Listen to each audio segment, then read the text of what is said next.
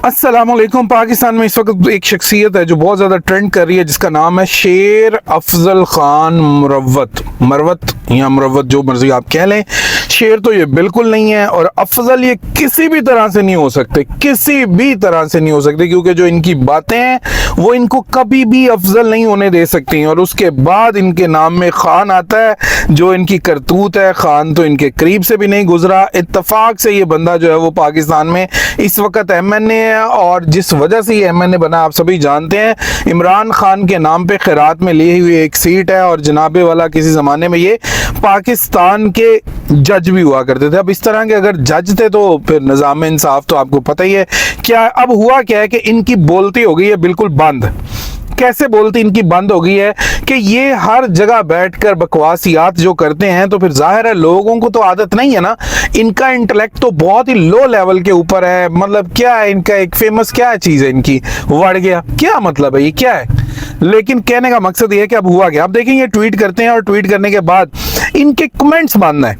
अगर आप देखें तो इनके कमेंट जो है वो बंद है। इनकी किसी भी बात का जो ट्वीट है इनका, उनके कमेंट बंद है। रीच चाहे जो मर्जी है उसको आप छोड़ दें अभी, लेकिन आप सिर्फ ये देखें कि ये बंदा जो है वो मुसलसल जुबान दराजी कर रहा है, दशनाम दराजी कर रहा है, लेकिन इतनी हिम्मत नहीं है कि फिर आगे से सच को सुन भी सके। आप देख लें, किसी भी पोस्ट को देख लें, सारी पोस्टों पे इनके जो है कमेंट्स जो है वो बंद है। अब वो बंद क्यों है? आपको पता है कि जब आपको आगे से सच बोलेंगे लोग और आपसे वो सुना नहीं जाएगा, इसका मतलब है आपने अपना झूठ सुनाना है, और अपने झूठ को सुनाने के बाद आपने आगे निकल जाना है। ना आपकी पहले कोई औकात थी PTI से, ना कोई आपको जानता था, ना आपकी PTI के बाद कोई औकात है, ना कोई आपको जानता है।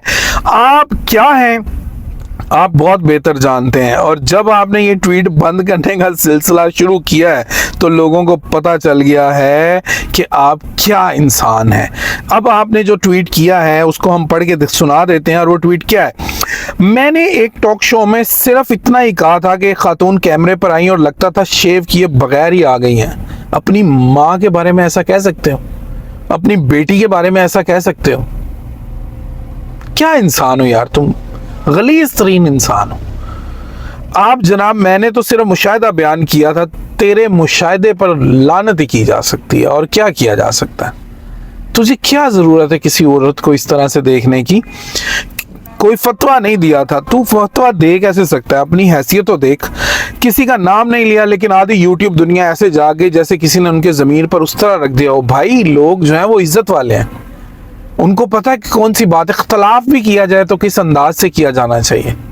इख्तलाफ भी हो किसी से तो किस अंदाज से किया जाना चाहिए। आपके तो लगता है ब्रॉटअप ही नहीं हुआ।